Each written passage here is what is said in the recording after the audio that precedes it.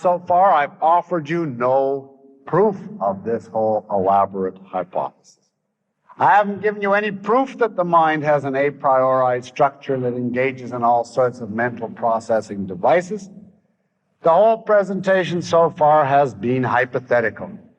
It's been, if the mind has certain processing devices and so on, then we can answer Hume and save ourselves from his skepticism. But if Hume were to hear all this, of course it came out after he died, so he never got a chance to answer, but if he were to hear it, he'd simply say, what an interesting fantasy. But that's all. You haven't answered me. What about some proof that the mind has an a priori structure? What exactly are these a priori synthesizing activities that the mind performs and that you talk so much about? How do you know they exist? Can you prove they actually exist? If not, we just dismiss it all.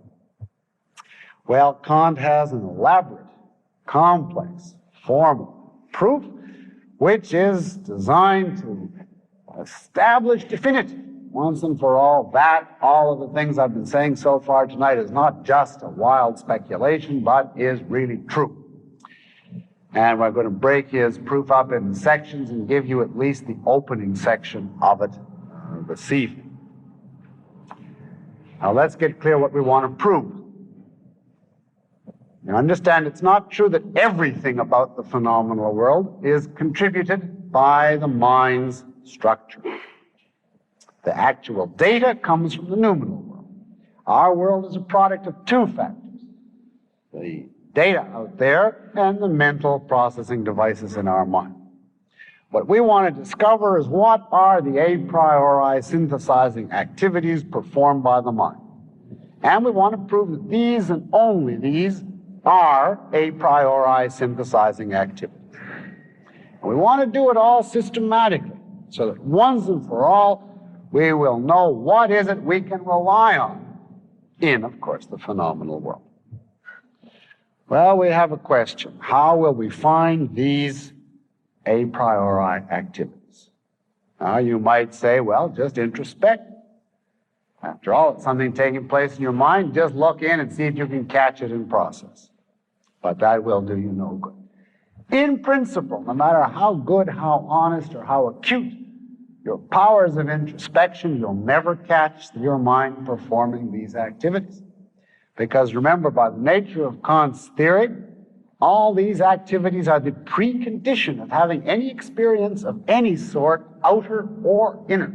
Whether you extrospect or introspect, before the data reach awareness, they're already processed. So by the time you look at the data, even if you peer inside your mind as hard as you cannot find these mechanisms at work. They've already taken place.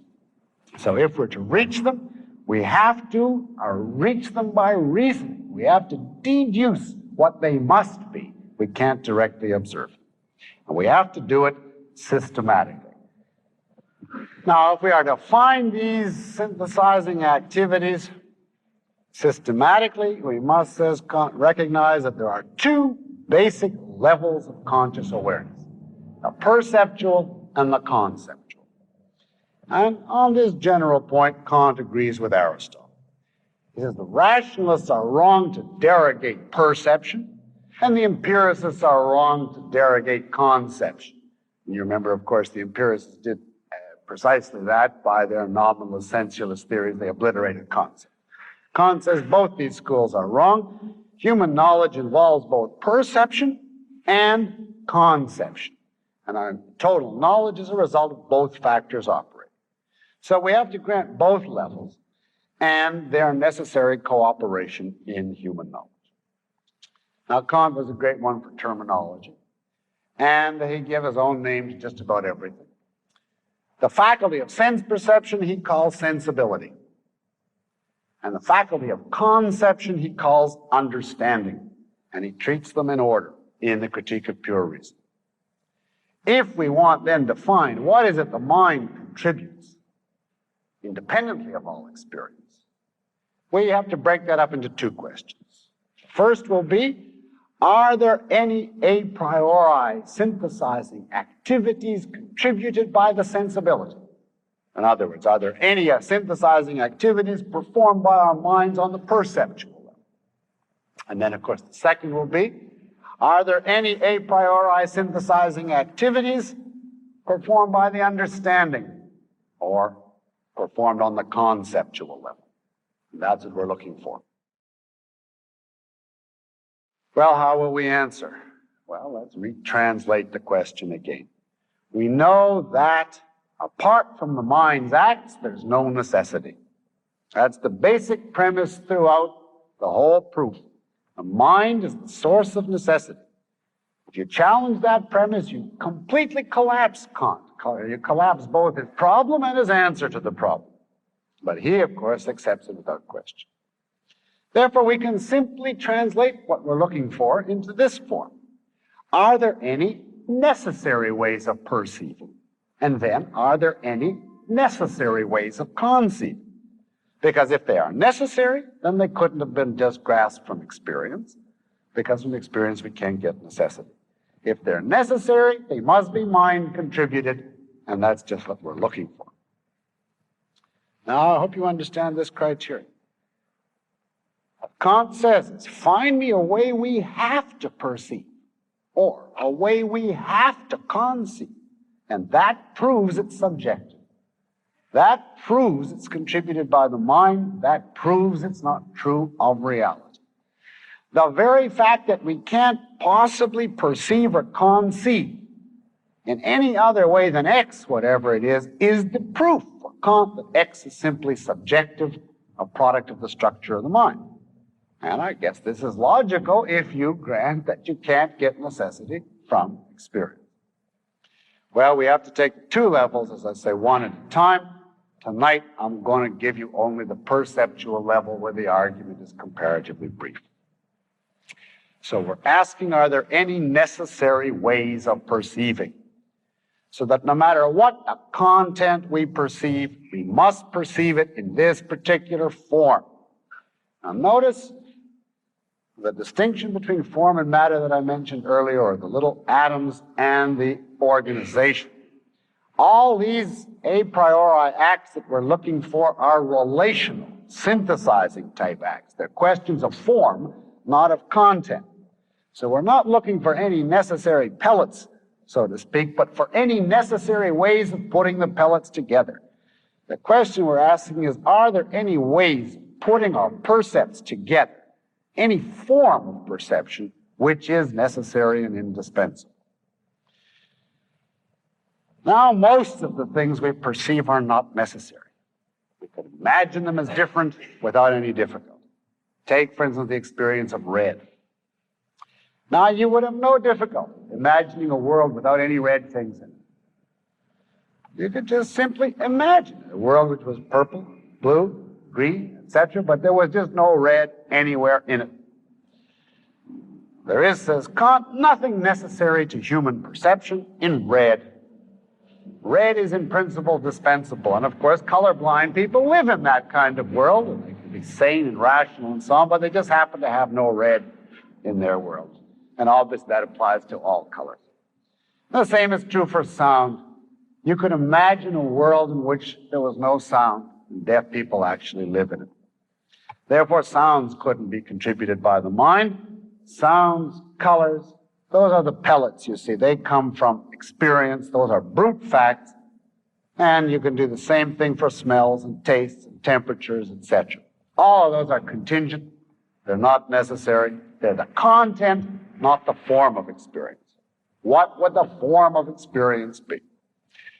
Well, says Kant, I don't know if you're in suspense or not, there's only two kinds of sensory experience, and there happens to be one necessary form for each. The two kinds of sensory experience are outer and inner. Looking out, which we call extrospection, and looking in, peering into the content of your own mind, which we call introspection. And the necessary form for each is respectively space and time. Space is the necessary form that our mind contributes to govern all our extrospection. Time is the necessary form that our mind contributes to govern all our introspection. Let's look first at space. Everything that comes to us through our five senses, he says, comes to us necessarily in a spatial form. What he wants to prove is three things about space. First, that it's necessary, because if it's necessary, it's mind contributed. Second, that it's an issue of form, because remember, the mind doesn't contribute content, simply relating mechanisms. And third, and then as confirmation, he wants to show you that you couldn't get the idea of space from experience, that it's non-empirical, and that'll bolster and confirm his argument that it must be contributed by the mind. Well, let's take these points in order as far as space is concerned. Now, by space, of course, we mean spatial relationships. One thing is above another is below it. One thing is to my left, another is to my right. One thing is here, another is there. That's the type of relationships we have in mind when we talk about spatial relationships. Now, says Kant, the first point to notice is that this type of relationship is necessary, indispensable. All the content that we perceive, speaking now extrospectively, must be spatial. You could not imagine a sense experience which wasn't somewhere, here, there, above, below, the right, the left, the north, the south, but somewhere it has to be spatially located. You could take any particular content and imagine it away, but you couldn't imagine a content that wasn't somewhere, that wasn't spatially located. Kant says, for instance, even if you take this desk, and I tell you, let's perform an act of abstraction. Let us think away or imagine away by a process of abstraction every attribute of this desk, its color, its size, its shape, etc. Obliterate every characteristic. The haunting, irresistible remainder that you can't banish is the place where it is, the sheer space where it is, and that you can't even think away. The there-ness of it remains unalterable. Well, if we can't even imagine it away, it must be indispensable. It must be necessary. It must be mind contributed. Well, is space an issue of form rather than content? An issue of relationships? Yes, says Kant, obviously. Loud, sweet, hot, rough, those are contents. But you can't have a special experience of space the way you can of loud, hot, sweet, and rough. It isn't a content of experience. It's a way in which experiences are organized. It's a way in which experiences are related. Space designates a relationship among the data of experience. And since the mind, a priori, can only provide relationships, space qualifies on this count too. The little man, so to speak, as the pellets come up, and remember now this is a bad analogy because the pellets in themselves aren't spatial. I can't speak about them, but insofar as I can, he grabs hold of them and smears them out in space. And the result is you look around you and you see things spread out in space, left, right, north, south, etc. But that's the function of the little man.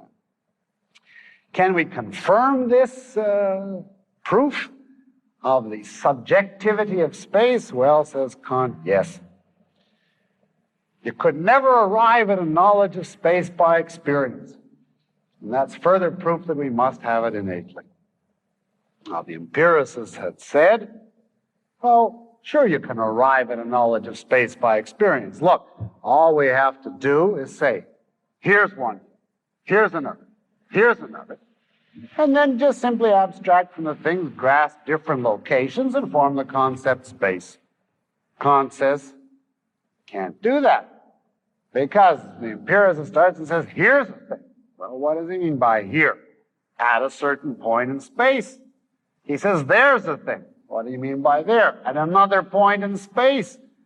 In other words, says Kant, we have to know in advance what space is to be able to perceive that one thing is here and another thing is there. We must have the knowledge of space independent of experience. We couldn't acquire it from experience. Now remember that I'm presenting Kant. I'm not here giving what I regard as a valid argument, but I'm doing my best for him. The conclusion we come to then is space is necessary. It's a relational phenomenon. It's non-empirical. It must be an a priori contribution of the mind. It's a form governing our experience. It's a condition of our perceptual experience of objects. Now, if you say to me, well, but then you mean that things in themselves are non-spatial. I can't conceive that. And Kant would say, that's no argument against me. That's just further evidence of how right I am. Of course you can't conceive it. That's the whole point. The noumenal world is inconceivable. You can only conceive the world as you have processed it. So don't be upset if you can't conceive what reality would be like in a non-spatial way. That's the whole thesis of the philosophy. Now, people first introduced to Kant sometimes ask, well, how come prior to studying Kant, our minds knew how to do this? Now, I think the answer is clear, but sometimes Kantians give this answer. They say, of course, that it happens entirely without your knowledge on this preconscious level. And sometimes they give the analogy of breathing. In the process of breathing, you transform oxygen into carbon dioxide. You don't have to have any knowledge of chemistry to do that. It's just an automatic mechanism which takes place. Well, similarly, in the process of perceiving, you smear everything out in space, and the result is create a spatial world. That's the unconscious or preconscious mechanism of the mind functioning. And you don't have to know about it. It took to Kant before mankind found out about it. I may mention parenthetically, I finished the proof of space now, in case you wonder. But I may mention that in arguing that space was a mental contribution, Kant was trying to save geometry. Geometry is supposed to describe the nature of space. The geometrical theorems are supposed to give us the laws governing spatial relations. This is a straight line is the shortest distance between 2 points. Sum of the angles of a triangle is 180 degrees and so on. Now, says Kant, in geometry we know that these things are necessary, guaranteed to hold true for the future. We couldn't, therefore, have learned this kind of information on the basis of experience, because then it would be just contingent. And yet they're not simply analytic conceptual manipulations. He thought geometry actually tells you something about space. What could the solution be? They're not just conceptual manipulations. Geometrical propositions aren't analytic. We can't establish them by logic. If they're necessary, then we couldn't get them by experience. They must be synthetic a priori, which means they must come from the mind's contribution. And of course, if space is a mind-created phenomenon, then we can know its necessary laws in advance. We guarantee the laws of geometry the same way we guaranteed blue in the example of the blue spectacles, because we bring space along with us. And therefore, since our mind contributes it, we can be assured that the laws of geometry will necessarily hold on the pattern of the Kantian solution in all the other areas of philosophy. Now I can just conclude with a brief word about time. The argument is exactly parallel. Time is supposed to be the form of introspection. You may ask in advance, why does he restrict time simply to introspection? Because aren't things in the world we perceive also in time? And the answer, to be very abrupt about it, is that he's very unclear on this point. For all practical purposes, he later allows that time is applicable to everything, inner and outer, so introspective and extrospective, so we can think of time as the universal form of all experience. As I say, his arguments are identical. Time is, of course, we mean here the time series, one event happening now, another then, one before, another after, one earlier, another later. Is this necessary in our experience? Well, yes, again, he argues, this is indispensable. No matter what content you project, whether it's love, hate, red, cold, rough, smooth, snowball, or a neurosis, it takes place sometime, now or then, sooner or later, etc. Time is therefore obviously necessary.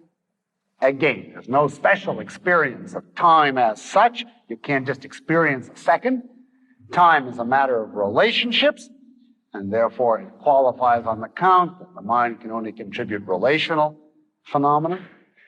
And finally, again, he argues you could not derive the concept of time from experience if you didn't have that time filter in you in advance. Again, if the empiricists try to argue, well, why? We can look out and say one thing is happening now, another is happening then, another happens then, and then we simply abstract and form the concept time. Kant would say, well, what do you mean? How can you say one thing is happening now? Now means at a specific point of time. Then means at a different point of time. If we didn't have the concept time, we could not grasp it on the basis of experience, which is further confirmation that time is a subjective, mind-contributed phenomenon. Time and space, therefore, we conclude, are strictly forms of human sensibility. They have no metaphysical objectivity. They are not guides to reality. You might say, is that all? And Kant answers, as far as the perceptual level is concerned, that's all. There's only two. If you ask him, well, how come there's no more? On the perceptual level, he says that's just a brute fact. That just happens to be the way human beings are constructed, that perceptually they must spread out their experiences in time and space, and that there's no more. If you ask, would all species that are conscious have to have time and space? His answer is certainly not. There may be species, for all we know, that don't smear out their data in time and space. They may do it by iddle and triddle. Don't ask me what iddle and triddle is, because as a human being, I have to think spatially and temporally, you see. But they may have other mechanisms for relating the data. They may have dozens of them, for all we know. We happen, as human beings, to have just two, namely space and time, and that's just a brute fact. So much for a survey of Kant's arguments on the perceptual level. Of course, his central thrust is on the conceptual level.